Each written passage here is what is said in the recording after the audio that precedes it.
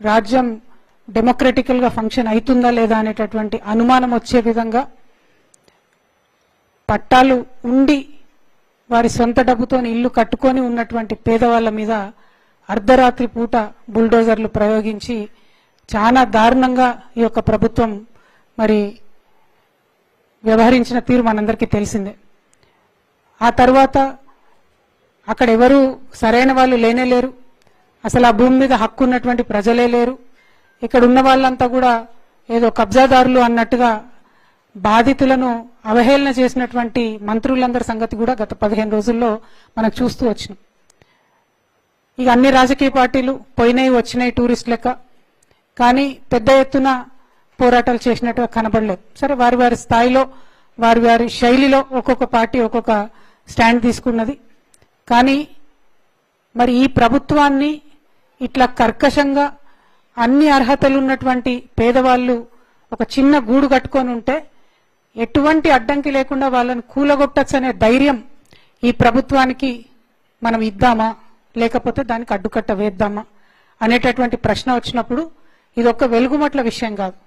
పేదల పట్ల ఈ ప్రభుత్వం వ్యవహరిస్తున్నటువంటి తీరు, పేదల పట్ల ఈ ప్రభుత్వానికి ఉన్నటువంటి ఒక వైఖరి అభిప్రాయాన్ని తెలియజేసేటటువంటి అతిపెద్ద సంఘటన.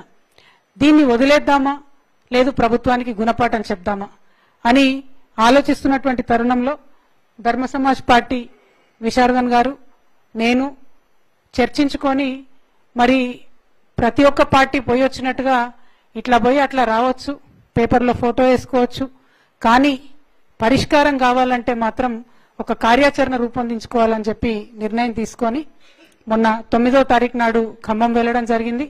అక్కడ బాధితులను వాళ్ళ పరిస్థితులను చూస్తే నిజంగా ఇండియాలో ఉన్నామా ఆఫ్ఘనిస్తాన్లో ఉన్నామా అనేటటువంటి అనుమానం వచ్చే విధంగా అంత నిర్లక్ష్యంగా, పేదలంటే అంత లెక్కలేని తనంతోని ఏముందిలే వీళ్ళని కొట్టవతలు పడేస్తే ఎవడు అడుగుతాడులే అనేటటువంటి ఒక వ్యవహారంతో ఆ ఖమ్మం జిల్లాలో ఉన్నటువంటి ఉప ముఖ్యమంత్రి గారు ఇంకా 2 మంత్రులు అందరూ కూడా కూడబలుక్కొని ఆ పేదలను ఆ భూమిలోంచి ఖాళీ చేయించి ఆ భూమి పెద్దలకు అప్పచెప్పాలని నిర్ణయించుకున్నారన్న విషయం ఆ కుట్ర సంపూర్ణంగా మాకు అవగతమైంది. దాంతోనే ఈ కుట్రను ఎట్లన్నా ఛేదించాలి, ఇది భూదాన్ భూమి అంటే పేదల భూమి, పేదలకు అప్పగించాలి ఈ భూమిని అని చెప్పి ఒక సీరియస్ డెసిషన్ తీసుకొని మొదట పెద్ద మహాధర్నా ఒకటి ఖమ్మం పట్టణంలో చేసి ఆ తర్వాత మరి అక్కడికక్కడే నిర్ణయం తీసుకొని నిరవధిక నిరాహార దీక్ష చేపట్టాలి అని చెప్పి అక్కడ మొదలు పెట్టడం జరిగింది. మరి అక్కడ ఎక్కడైతే బాధితులు ఉన్నారో అదే చోట అదే అంబేద్కర్ హాల్లో కూర్చొని దీక్ష ప్రారంభించినాం. ఆ తర్వాత పోలీసు వాళ్ళు వచ్చి అరెస్ట్ చేసి మమ్మల్ని హైదరాబాద్ తరలించిన తర్వాత కూడా విశారదన్ గారు వారి ఆఫీస్లో, నేను మా ఆఫీస్లో, ఎందుకంటే పోలీసు వాళ్ళు తీసుకొచ్చి మమ్మల్ని అక్కడ వదిలేసినారు కాబట్టి వాళ్ళు ఎక్కడ వదిలేస్తే అక్కడ కనీసం ఇంకొక ఇంటి దగ్గర కానీ ఇంకో దిక్కుపోకుండా ఇమీడియట్ గా పోయి దీక్షా శిబిరంలో కూర్చొని అట్లానే దీక్ష కంటిన్యూ చేసినటువంటి సందర్భం తెలంగాణ ప్రజలందరూ కూడా తెలిసిందే. అయితే ఇవాళ దీక్ష చేయాల్సినంత భయంకరమైన పరిస్థితి ఏంది అంటే ఇవాళ ప్రభుత్వం ఒక ధైర్యంతోనే, అంటే మీడియా మా పక్షాన ఉంది, అధికారం మా పక్షాన ఉంది, అధికారులు మా పక్షాన ఉన్నారు, ఏం చేసినా చెల్లుతుంది అనేటటువంటి ఒక ధైర్యంతో పేదవాళ్ళ ఇండ్లు కూలగొట్టేసింది. అప్పుడేమో అది కరెక్ట్ అన్నారు. ఈరోజు మంత్రులు ప్రెస్ మీట్ పెట్టి కూలగొట్టిన ఆ భూమిలో 450 మంది అర్హులే, వాళ్ళకి పట్టాలు ఉన్నాయి అంటారు. అదేవిధంగా పోలీస్ కమిషనర్ ఇవాళ అఫీషియల్ గా ట్వీట్ చేసిండు, ఏమని, ల్యాండ్ ఓనర్స్ ని మేము ఎవాక్యుయేట్ చేసినామని. అంటే my straight question to Rahul Gandhiji, why did your government in Telangana evacuate landowners? How dare your government enter into a private property? How dare your government demolish those houses of the poor people? And how dare your ministers lie to the people of Telangana very blatantly for the whole world to see? And what is the meaning of you carrying a constitution, parading it around? It is not an ornament. It is to be lived by the spirit. And if the Congress party today is lacking the spirit, then I believe your government should immediately resign and ask the forgiveness of people of Telangana. What happened in Khammam is not a small issue. It is a very big issue. It is a huge issue.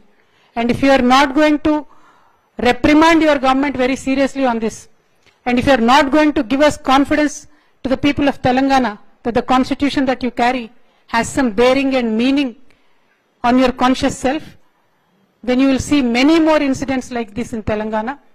Unfortunately, you are dependent on this government, we understand that. But this is not the way to treat the people of Telangana. Telangana ప్రజలు మామూలు ప్రజలు గారు.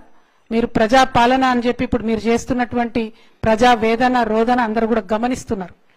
ఇంత తీవ్రంగా మేము ఈ నిర్ణయం దీక్ష తీసుకోవడానికి ఏంటంటే ఖమ్మంలో ఇయ్యాల ప్రభుత్వాన్ని ఇడిచిపెట్టి బాజాప్తా ల్యాండ్ ఓనర్స్ కూడా మేము బీకి బయటేస్తాం, మీరేం చేసుకుంటారో చేసుకోండి అనే ధైర్యం గవర్నమెంట్కి ఇస్తే రేపు ఇదే పని నిజామాబాద్లో అవుతుంది, ఇదే పని మహబూబ్నగర్లో అవుతుంది, ఇదే పని అంతటా అవుతుంది. తెలంగాణ అంతటా కూడా పేదవాళ్లకు బతికుండే హక్కు లేదన్నట్టుగా ఈ ప్రభుత్వం వ్యవహారం ఉంది. కాబట్టే ఈ కఠినమైన నిర్ణయం తీసుకున్నాం. దాంతో ప్రభుత్వం దిగి వచ్చింది.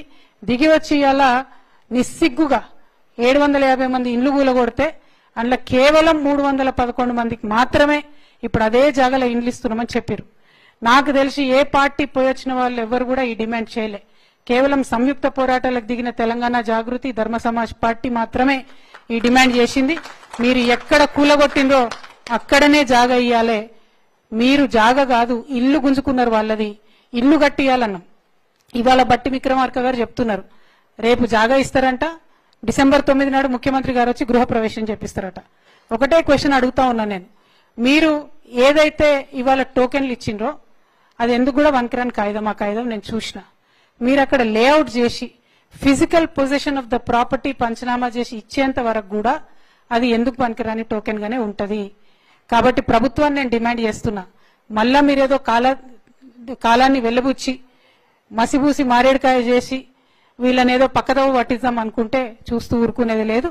ఫిజికల్ గా అక్కడి ప్రజలకు లేఅవుట్ చేసి ఇగో నీ జాగా గిది, ఇగో నీ జాగా గిది అని తీసుకుపోయి ప్రతి కుటుంబానికి చూపియాలి.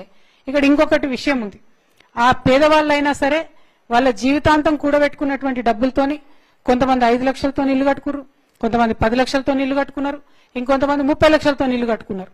మరి ఇలా మొత్తం నేలమట్టం చేసిరు. మీరు అందరికీ 5 లక్షలు ఇస్తామంటున్నారు ఇంద్రమ్మ ఇండ్ల కింద. అది కూడా క్లారిటీగా చెప్తలేరు, మీకు మనసు వస్తలేదు. ఓన్లీ ఇలా టోకెన్స్ ఇచ్చినాం, ఇంకొక 100 మందికి బయట వేరే ఊర్లలో ఇచ్చినామని చెప్తున్నారు. సో